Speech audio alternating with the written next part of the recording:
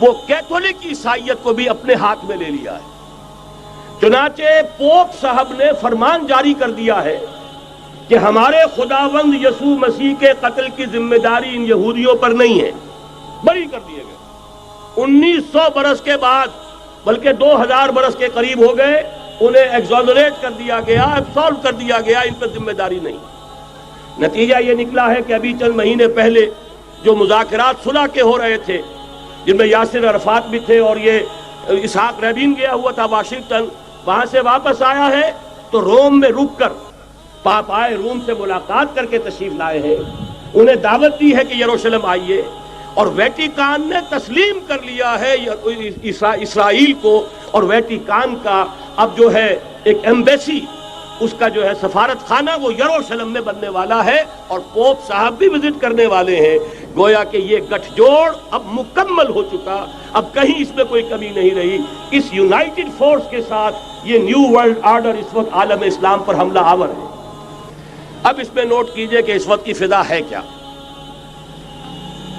عالم اسلام میں سے عالم عرب ان کے شکنجے میں جا چکا، کیوں بنا کر کھڑے ہوئے ہیں اسرائیل کو ماننے کے لیے اور سر تسلیم خم کرنے کے لیے۔ انہیں بلا کر میڈرڈ میں پیش کیا گیا یہودیوں کے سامنے کہ تم جن کے ساتھ ایک ٹیبل پر بیٹھنے کو تیار نہیں تھے، میڈرڈ میں آؤ، آؤ اپنا قبرستان دیکھو، یہ اسپین کی سرزمین جہاں تم نے 800 برس حکومت کی تھی، یہ تمہارا قبرستان، یہاں آؤ اور بیٹھو اور ان کے ساتھ بات کرو۔ گئے تھے کہ نہیں تمام فرنٹ لائن سٹیٹس میڈرڈ میں؟ حالانکہ کوئی بین الاقوامی کانفرنس کبھی میڈرڈ میں نہیں ہوئی، یا تو یہ واشنگٹن میں، بعد میں وہ سارے معاملات واشنگٹن میں چلے، شروع وہاں سے کیا۔ اس لیے کہ نیوز ویک کا کچھ عرصے پہلے کور سٹوری جو تھی 1992 is the year of Spain. Why? 1592 was the year of the fall of Granada. 1492 میں 1492 میں غرناطہ کا سقوط ہوا، اور پورے آئیبیرین پیننسولا سے ایک ایک مسلمان بچہ بچہ نکال کر ختم کر دیا گیا، یا زندہ جلا دیے گئے، یا تہہ تیغ کر دیے گئے، یا جہازوں میں بھر بھر کر۔ اور آپ کو معلوم ہے میڈیٹرینین کی حیثیت کیا ہے، خلیج ہے، ایک معمولی سی خلیج، ادھر سے اسپین کا ساحل قریب آ جاتا ہے، اسپین کے ساحل سے جہازوں میں بھرا اور نارتھ افریقہ کے ساحل کے اوپر پھینک کر آ گئے۔ پورے ہسپانیہ میں جہاں 800 برس مسلمان کی حکومت رہی، ایک بچہ بھی مسلمان نام کا موجود رہا۔ یہ تھا 1492، اور اب آیا تھا 1992۔ 1992 is the year of Spain۔ اسی لیے ورلڈ اولمپکس رکھے گئے، وہاں دلہن کی طرح سجایا گیا ہسپانیہ کو، اور بلایا گیا، طلب کیا گیا، سمن کیا گیا تمام دول عرب کو، آؤ یہاں بیٹھو، اور یہاں بیٹھ کر اپنے ان یہودی دشمنوں کے ساتھ مصالحت کی بات شروع کرو۔ بہرحال نوٹ کر لیجئے، عالم عرب جا چکا۔ کوئی دن کی بات ہے، میں سنسنی پیدا نہیں کرنا چاہتا، لیکن حالات اور واقعات سے نگاہیں بند کرنا بھی کوئی دانشمندی کی بات نہیں ہے۔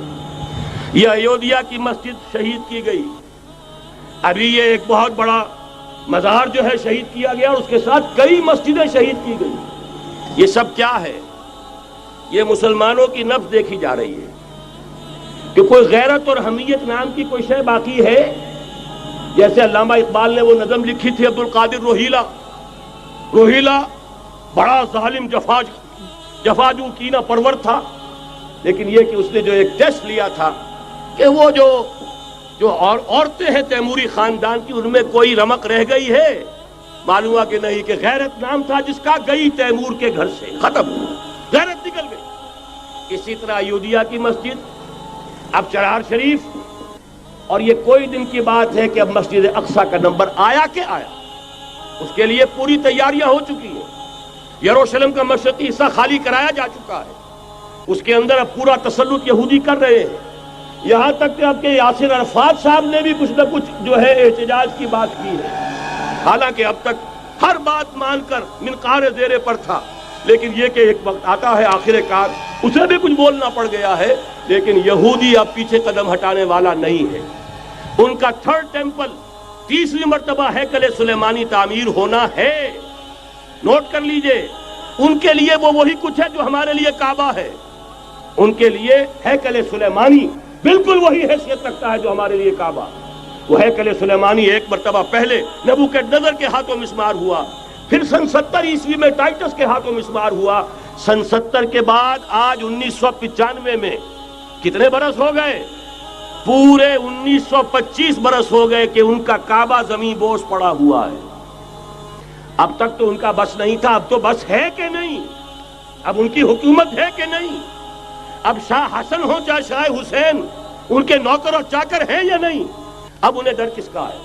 لہذا کوئی دن کی بات ہے مسجد اقصی شہید ہوگی اور ٹیمپل کی تعمیر شروع ہوگی. یہ تو بہرحال ایک نقشہ ہے. اگلا نقشہ آپ کو بتانا چاہتا ہوں، ایک دوسری تصویر ہے. یہ تصویر ہے زمینی، ایک تصویر ہے آسمانی. وَمَكَرُوا وَمَكَرَ اللَّهُ وَاللَّهُ خَيْرُ الْمَاكِرِينَ. انہوں نے اپنی سی تدبیریں کی، اللہ نے اپنی تدبیر کی، اور ظاہر بات ہے اللہ کی تدبیر سے بہتر تدبیر کس کی ہوگی؟ چنانچہ یہودیوں کی سازشیں اس وقت بھی ناکام ہوئی تھی یا نہیں؟ ظاہر بات ہے جاء الحق وزهق الباطل ان الباطل کان زہوقا. لہذا یہ آیتیں دونوں اعلان کر رہی ہیں کہ یہودیوں کی سازشیں بالآخر ناکام ہوں گی اور دین حق کا بول بالا ہو کر رہے گا. یہ تو ان آیتوں سے ظاہر ہے. یریدون لیطفئوا نور اللہ بافواہہم واللہ متم نورہ ولو کرہ الکافرون. یریدون ان یطفئوا نور اللہ بافواہہم ویابى اللہ الا یتم نورہ ولو کرہ الکافرون. هو الذی ارسل رسولہ بالہدى ودین الحق لیظہرہ علی الدین کلہ ولو کرہ المشرکون. اللہ نے تو بھیجا ہی ہے اپنے رسول کو اس فیصلے کے ساتھ اور یہ ذمہ داری اور مشن دے کر کہ جو دین حق آپ کو دے کر بھیجا جا رہا ہے اسے غالب کیجئے، نافذ کیجئے، قائم کیجئے. اس مشن کے ساتھ بھیجا جا رہا ہے اور وہ بہرحال آیا جاء الحق وزهق الباطل ان الباطل کان زہوقا. لیکن نوٹ کرنے کی بات یہ ہے، ذرا یہاں تھوڑا سا تحمل کے ساتھ غور کیجئے گا، کہیں میرے خلاف کوئی فتویٰ دینا شروع کر دیں. کیا حضور کا مقصد بعثت اس وقت مکمل ہو گیا تھا؟ ایک درجے میں ہو گیا کہ جزیرہ نما عرب پر اللہ کے نور کا بھی اتمام ہو گیا، اللہ کا دین بھی غالب ہو گیا. ہو گیا کہ نہیں ہو گیا؟ لیکن کیا محمد الرسول اللہ صرف عرب کے لیے بھیجے گئے تھے؟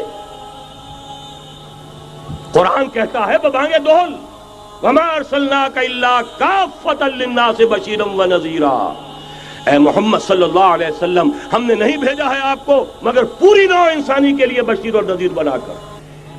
تو جان لیجئے کہ یہ مقصد بعثت محمدی صلی اللہ علیہ وسلم بتمام و کمال اس وقت پورا ہوگا جب کل عالم انسانیت پر، کل روئے ارضی پر اللہ کا دین اسی طرح غالب ہو جائے گا جس طرح کہ محمد رسول اللہ والذین معہ صلی اللہ علیہ وسلم ورضی اللہ تعالی عنہم اجمعین، ان کے ہاتھوں سے، ان کے ایثار سے، ان کی قربانیوں سے، جن کا نقشہ آپ کے سامنے مولانا کھینچ چکے ہیں، ان کے اثار، ان کی قربانیاں، ان کی محنت، ان کی جفا کشی، ان کی سرفروشی، ان کے جان تن من دھن لگا دینے کے نتیجے میں جیسے اس وقت غالب ہوا تھا کل روئے ارضی پر غالب ہوگا، تب کہیں جا کر مقصد بعثت محمدی مکمل ہوگا. یہی وجہ ہے اقبال نے کہا تھا وقت فرصت ہے کہاں، کام ابھی باقی ہے، نور توحید کا اتمام ابھی باقی ہے.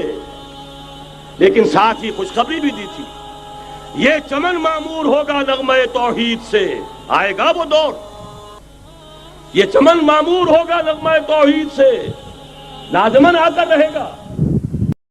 هي الحلقات تحفظني بآيات من القرآن، هي الحلقات تملأني بحب المصطفى العدنان.